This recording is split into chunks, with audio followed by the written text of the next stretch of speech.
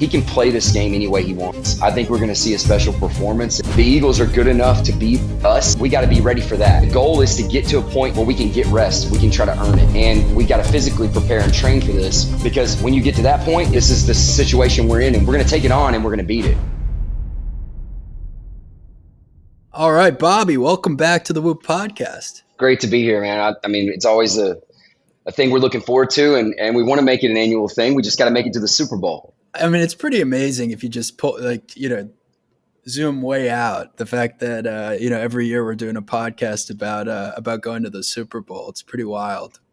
It's got to be amazing for you just to see what you've been able to accomplish, what Patrick's been able to accomplish. Well, he's a guy that goes to work every day. I mean, he doesn't rest on the gifts God gave him. He's always looking for ways to improve. He's always looking for ways to expand, and we're always looking for ways to prepare for the future. And this year we had some challenges. We had some challenges with the schedule. We had some health challenges. And then there's always new things. Every season is its own story. And this one is definitely a standalone for sure. How would you compare Patrick's health this year to last year? Last year was probably the cleanest year we've ever had as far as being healthy and just optimal, almost week to week. The only thing that we struggled with last year was, getting over some of the trauma from the year before. There's layover when it comes to nerve damage. Nerves heal about 1 millimeter a year. And so what can happen is you can have some phantom pain when you start to get contact again, or you get these adrenaline responses and things can happen. And so you can have some things that you feel like are more serious than when you go back to work, they respond quickly, or even in the game. I think the first 4 weeks of the season, it was frustrating because the ankle kind of felt like it was hurt again. And this is last season. But really It wasn't. It was just the body working out that trauma and the nerves not being fully healed. Right. I mean, the entire season, he was really clean. It was the cleanest season we've ever had as far as injury. Right now, we're talking about last season. Last season. So this would have been following the Eagles Super Bowl, right? Right. And so that was a very clean season. And then going into this season, it sounds like there was a little more to work through. Yeah, this year was a challenge. I mean, it wasn't that there were significant things, but he had a couple things that lingered for a while. I mean, you get bumps and bruises every game, contact things, but there was a couple issues that stuck around for about 10 weeks, which is not common. And then we had ankle trauma. Almost every year you get rolled up on one side and then maybe the other. It's the nature of the way he plays the position, the Chiefs offense, the protection schemes. It's Patrick and the way he chooses to play the game that we prepare for. But those things it's not like they can't be worked out, but there were probably more overlapping challenges from an injury standpoint this year than we've had since probably the last year of the Eagles Super Bowl. Well, it's pretty amazing just the success that you guys had this year with that in mind. What are ways that you try to coach Patrick through little, bumps and bruises? Are there certain things you guys talk about? Is it almost ignore the pain? Like what is the strategy? Well, he's got a high pain tolerance, but I think that the thing that we like to do is be realist about it and say, okay, first it's evaluate what is this. Then we're going to train every athletic attribute that we absolutely have available. And then further than that, what we're going to do is make sure that on Friday before the game, we're going to have metrics that prove what we can and can't do. So he's going to know what car he's racing with. It's basically like, hey, you may be heading into this game with a suboptimal body, but you need to know exactly what your limitations are. Can you sprint full speed on a curve on a left? Okay, you can't sprint full speed on a curve to the left. Now know this about yourself, so that when you are in the game, you use these tools effectively. Or maybe your bat rotation speed on one side is at a deficit because you have a rib injury. Okay, well then that means that it's going to be hard for you to load when you're rolling this direction to throw the ball to this corner of the field. So just making sure that he's armed with all the information that he needs and that he knows exactly what the weak spots are for his body going into the game week to week. Because I think that what you always want for a player is like an honest approach to what weapons are they fighting with? Like what is it that they actually have this week to offer? And if you're, I think hope is a poor strategy, or like making a player feel like I think it's going to be okay. I'd rather just tell them, hey, this is going to hurt really bad. And I want you to know that if you do this in the game for about 15 minutes, you're going to have extreme pain, but you're also going to be okay. Yeah. Or just being honest with him and being like, hey, if they get their hands on you in the pocket this week, go down. don't try to break a tackle. You will not, and it's going to hurt. Just being honest week to week. That's what I feel like it's about is the more information, the better. Someone as intelligent as Patrick, he can take that information and subconsciously he's going to solve problems with those limiting factors. And I mean, he's shown that his whole career. Well, I remember in the Super Bowl 2 years ago, right? His ankle was pretty compromised. Yeah. And like you could see him throughout the game being pretty careful about it. And then obviously at the end of the game, that final drive, it was like, all right, all gloves are off. You know, it's probably that 15-minute pain threshold thing you mentioned. And he had that crazy drive where he was really fast, by the way, too, even on a compromised ankle. We try to train speed residuals and high-speed movements in many ways as possible. When your ankle's hurt, you can still expose the body to speed with swings or speed with pulls. But speed is speed neurologically. You want to expose the body to speeds higher than you're going to move. But in that game, what we knew is if he ran on a curve to the right, it wouldn't hurt. And so if you go back and look in that game, there's times in the first quarter where he escaped right just to let the Eagles know, hey, I will run. But we talked about, like, if you ever run left or even an angled left, it better be to win it because it's going to hurt. And if you go back and watch that last run that was 25 yards that kind of sealed it, it was to the left. And he was, like you said, he was rolling. Those are the types of things I think behind the scenes is that, like with our relationship and whatever my job is that these are tactical approach things that we really spend a lot of time talking about. You know, like, hey, if you get in the open field with this player, here's his physical attributes. You can't beat him this way. You can only beat him this way. Or since you're hurt like this, don't do this week. And we have those conversations, you know, pretty much 3 times a week during the season year round, playoffs or not. Let's talk a little bit about game speed versus, you know, maybe what a traditional 40-yard dash says about someone's speed. I mean, just as a fan watching Patrick play, it feels like his game speed is really, really fast. And I don't know if that's reflected in what his 40 speed might be. How do you think about that? Well, I think a couple things. One, I think he's gotten faster since high school and college. When he's not hurt, he's an athlete that can, you know, in the offseason, I've got video of him running with receivers that are 4-3 guys, and through 20 yards, he's ahead of them for part of it. Every once in a while, he can tie them. I mean, he's faster than people think. He's got great acceleration.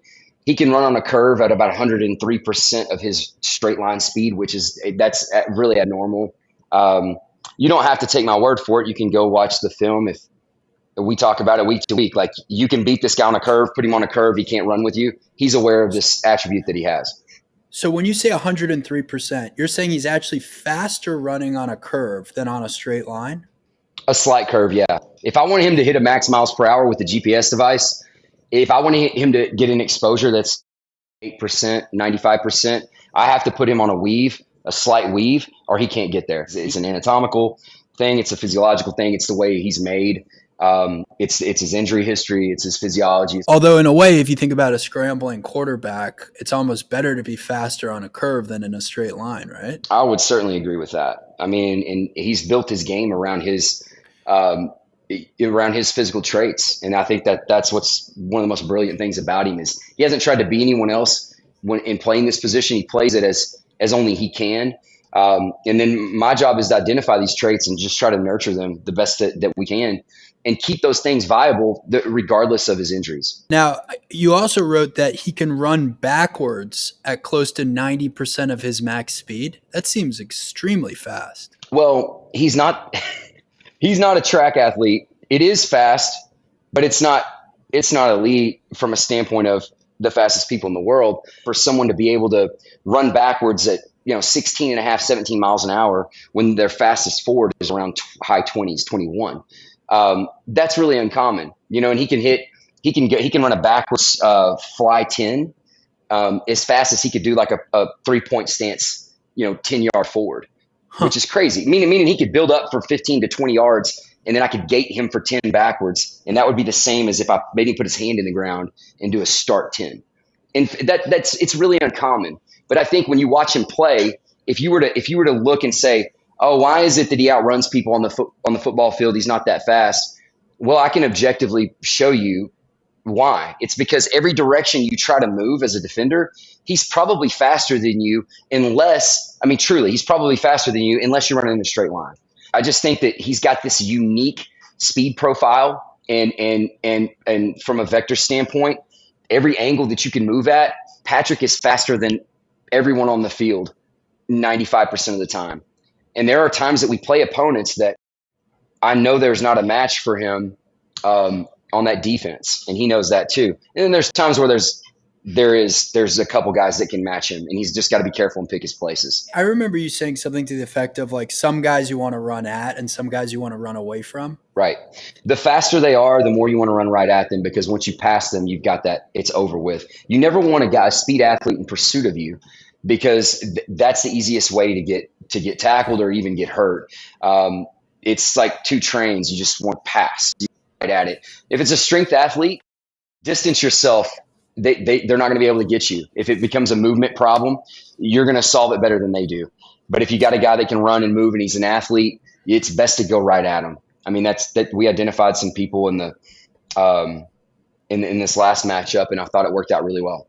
Let's talk a little bit just about the season. And I've got Patrick's Whoop data here. Well, over 90% of his days show recovery in the green or the yellow. So that's pretty impressive, just highlighting resilience throughout the season, right? I think he was only in the red less than 8% of the time, which is pretty impressive. His recovery this year, I felt like, was a lot better during the week.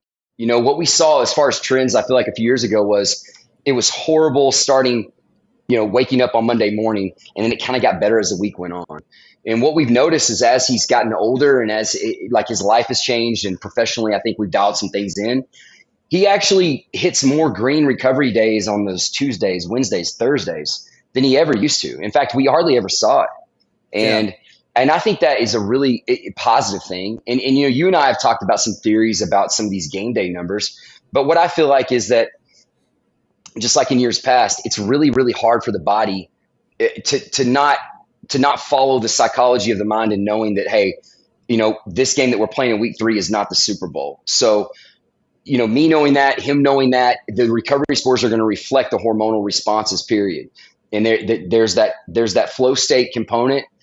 His body is going to reserve some things for moments that are, life or death or make or break when it comes to legacy, because it's like the old Yankees and Bulls teams that would lose or drop things, or maybe it just didn't look. It's not like they weren't trying hard or working hard. It's just that like their subconscious knows what matters. And that honestly doesn't matter as much. And so you get a little bit of that, and now it's fun to see that reflective in the scores right now. Well, there's an element, you mean, of like, okay, hey, I know we got to win the AFC Championship game, and right. My body's going to rise to that occasion no matter what. Yeah, I think it just shows the focus and intent of his ability to get his body to recover during the week, and him understanding, because in the beginning of the season, we talked about this extensively. The week that the schedule came out, we looked at it and we said, okay, you got 3 games in 10 days. I'm right here. So we're going to train our strength residuals, and we're going to lay things out to prepare for that to be a wash. And we got to be ready for that. And the goal is to get to a point there where we can get rest. We can try to earn it. And we got to physically prepare and train for this. And he knew that. And so what we talked about is, if that's going to actually happen, you got to live right this first part of the season. We got to get your body so recovered and ready, because when you get to that point, it's not even going to be an option. We are going to be suboptimal. This is not okay. It doesn't matter. This is the situation we're in, and we're going to take it on, and we're going to beat it. But I think he took it a lot. I shouldn't say he took it more seriously, because he always takes things seriously. I think he took it with a lot more intent, and I think his body caught on to what we needed to do, and I think he absolutely nailed it. Some of that's reflected in the data I'm looking at. So, August and September, he's got longer sleep durations. He's got strong recovery scores. It looks like you all were really focused on being recovered going into the season, closer to 7 hours of sleep than 6 hours of sleep here. And then in that kind of midseason stretch, you see a little bit of recovery decline. You see slightly less sleep. Obviously, there was a couple very difficult periods just from a travel and play standpoint. Holidays and bye week, again, we see sleep come back up, recovery metrics improving. So that shows that you're using, obviously, the bye week, you're using the holidays. Let's talk a little bit about that 3-game, 11-day stretch, because I imagine that was pretty unusual. You played 3 games in 11 days. It looks like strain levels were super high over that period. Right. I see a drop in sleep, but recovery actually stayed above average. So that's a sign that the body had some resilience. We trained for it. Exposure to max strength or some type of resiliency factor with certain tissues. Doing four sets when we normally do 2. And on a Tuesday. Now, the thing you have to balance is you got a game that week. So it's not like you can just bury the body in tank just because you're playing a team that you think the record's not good. It's the NFL. Like the Chiefs don't blow anyone out. Like you can't play bad. You can't underestimate an opponent. You can't go into any game physically impaired. And on top of that, we already had injuries. So if you already have injuries, you certainly can't afford to gamify it in that way. So as far as preparing for this, it was, okay, let's look at the strength resiliency and strength residual actual concepts. How long can we hold max strength for certain tissues? Well, the research shows you can hold max strength for 15 to 25 days, depending on your genetics and what it is. So what does that mean? Like a bilateral press, let's just say like a trap bar deadlift. What are we working there? I'm working his ability to get extension, hip, knee, and ankle, have that ability to stabilize his core and be able to brace for contact. So if I'm working on that and we need to get to 85 to 90% loads and it's got to hold for 15 days, that means 2 weeks before that 11-day period, I've got to try to get him to 90%. We've got to do a lot of volume because during that 11-day period, the chances of being able to do that with his health and with the time, it's virtually zero. Yeah. So looking at your calendar and being intentional about being like, hey, I need to max this out for 20 days because I need his posture right. I need to make sure that he's got this stability in his ankle. I've got to do this complex. And today I've got to do it so much so that it's going to hold for 15 days. Mapping this stuff out and talking to him and being like, today I need you to give me every single thing you have on this so it holds you through December 14th or whatever, just through Christmas. I mean, that's the only way it works is if he believes in it and then we actually have a plan. And we did, and I feel like it worked out. And what threw a wrinkle in the plan was we were dealing with overlapping injuries in addition to that. So it made it more complicated because the body doesn't care if you have an ankle injury or hip or whatever you have. The body only cares if you get exposure to a max strength stimulus. The body only cares if these tissues are getting exposed to this time under tension or a testosterone or growth hormone response due to overload. You got to find a way to do it. And so these are these daily conversations and these things that you have to do if you want to nail these basically strength residuals that are scientifically proven. I mean, you've got strength as a component. You've got aerobic endurance as a component. You've got neurological proficiency as a component, and you have speed residual as a component. Speed does not hold longer than 3 days for Patrick.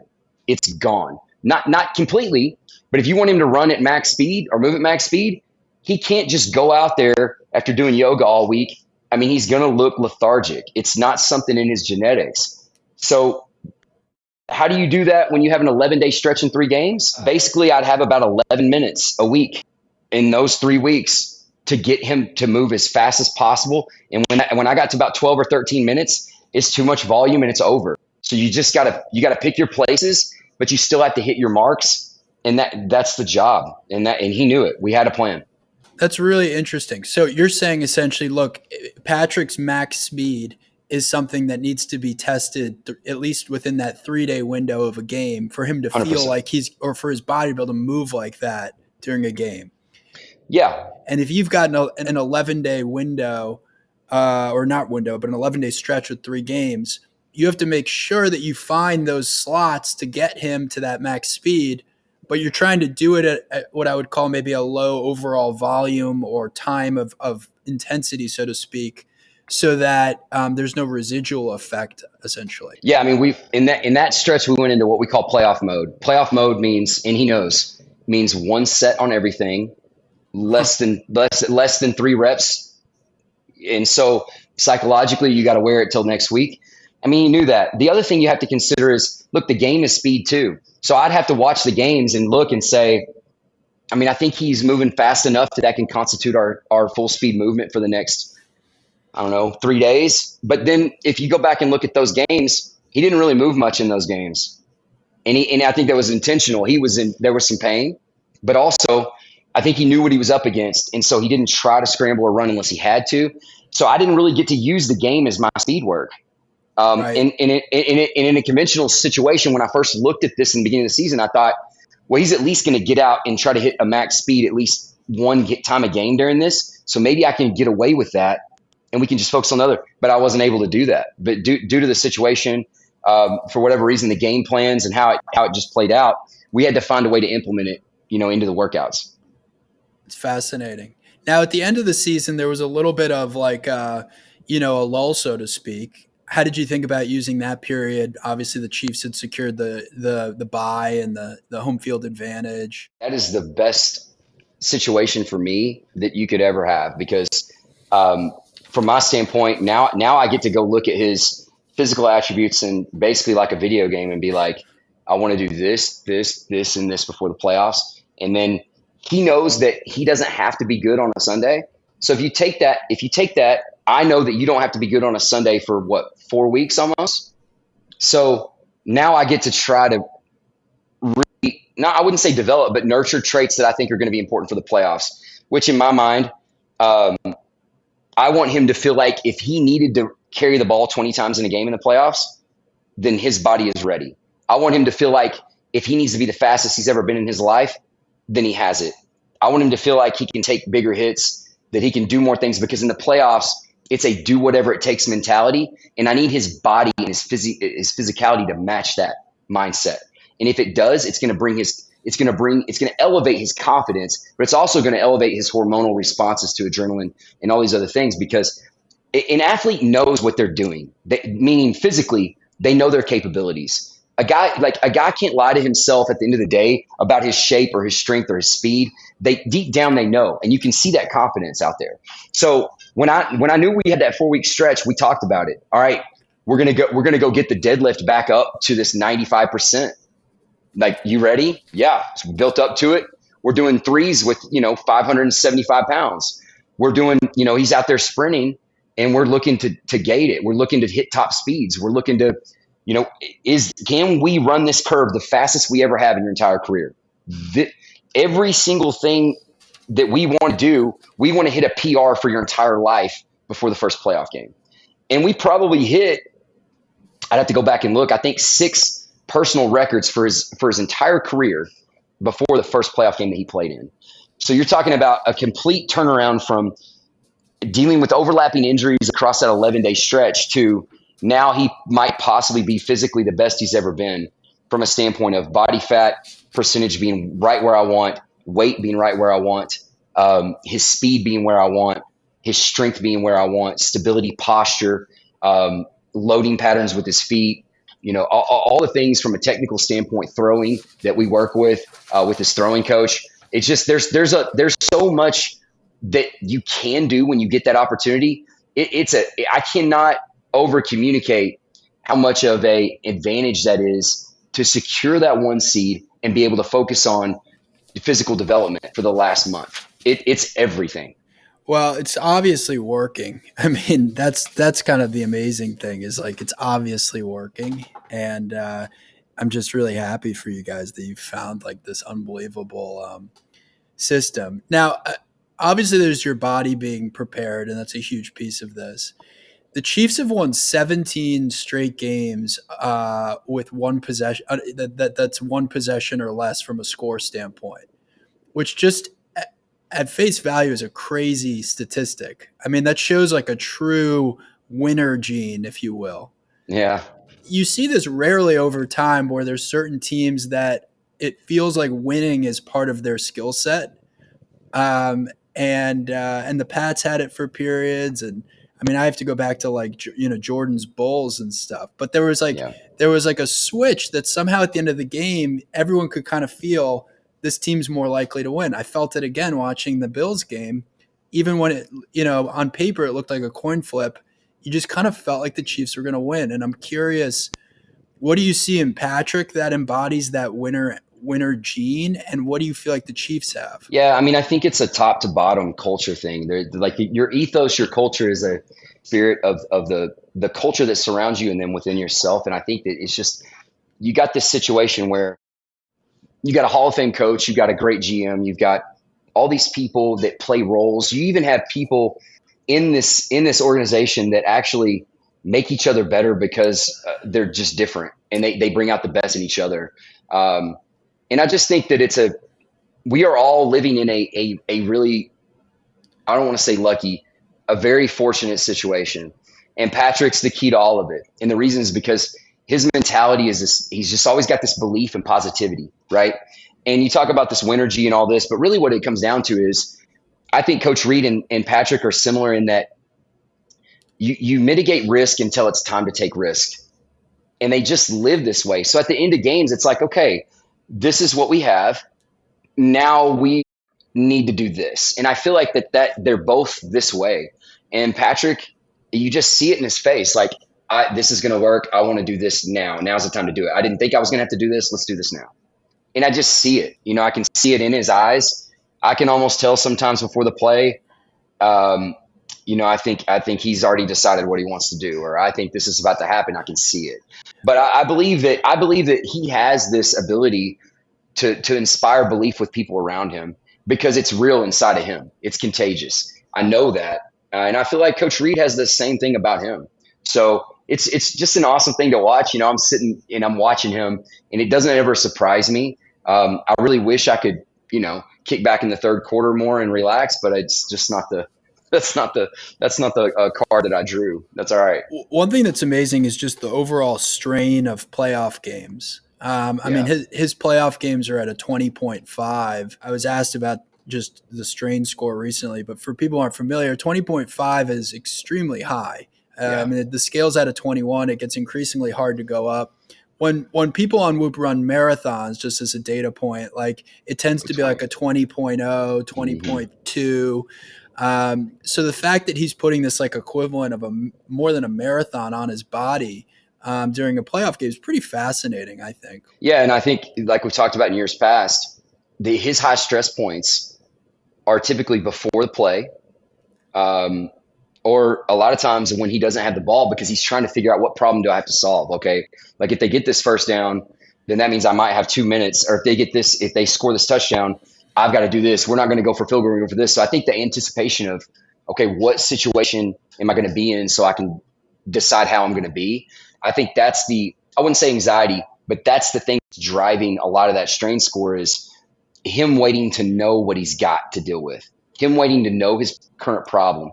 But I feel like when he's out there and he's made a decision on what's going to happen or what he's going to do, I feel like he's in that flow state, and I feel like that's reflected in the data as well. It is. And his body's definitely activated during stressful moments that he's actually not on the field, because I think he's calculating a lot, and there's a little bit of not being in control, which in turn can also contribute to stress. I remember actually when they beat the Bills in a prior AFC Championship game, there was this really, that crazy game where it was back and forth right at the end. We saw that his heart rate actually got lower a few times when he went back on the field versus when he was watching Josh Allen and the Bills come down. And that kind of speaks to what you're describing. Everybody knows Josh is elite, and the respect that you have in just knowing, like, I hope I get an opportunity. I mean, that's what you're thinking in your mind. And so the anxiety that you have is, I mean, control, it boils down to control, but also like Patrick is 7 for 7 in a fourth quarter game-winning drives in the playoffs. Yeah, that's amazing. There's never been a quarterback that's even been more than 60% in the history of the NFL in game-winning fourth quarter drives in the playoffs, and he's 7 for 7. And I think that speaks to him as a player. I think that speaks to the Chiefs staff, but also it just shows that he has this ability to be his best when it's the hardest situation. And that is a hormonal response. That is a focus response. That is a physical response. It's flow state. He can get there, and he can get there and stay there. And that's part of what makes him elite. There's also probably an advantage to now having gone, 5 Super Bowls in 6 years. His definition, or his body's definition of how long the NFL season is is really through the Super Bowl, where That's there's a right. lot of players who, one year they don't make the playoffs, next year they lose in the first round, but that's 3 or 4 games less than he's playing. And honestly, we have to account for that. I always tell my kids, I'm like, this isn't normal. Dad's not always going to work through February, and then the Yeah. thing, and then every year I work through February. So, Yeah, right. and Patrick and I always plan. We're going to plan it, and then if it's not, it's not. But we're always going to plan it to peak. That first or second weekend in February, and here we are again with this opportunity against a great team, and we just got to finish this thing. Do you think it's going to be a high scoring game? I mean, the Eagles have been putting up a lot of points. And I mean, the last time these two played in a Super Bowl, it was 38-35. I do. And this is not a knock to either defense. Both defenses are great. Both defenses are capable of shutouts. I think when you get in a Super Bowl, though, there's been a few that have been like 10-3, but I think that there's just high risk plays. Because what are you waiting on? So a lot of the defenses are going to do high risk schemes or high risk blitzes or high risk concepts, high risk plays. And so what happens with high risk plays is that one team's playing a celebration song at the end of it or the other team. It's like you get more scoring because there's more risk.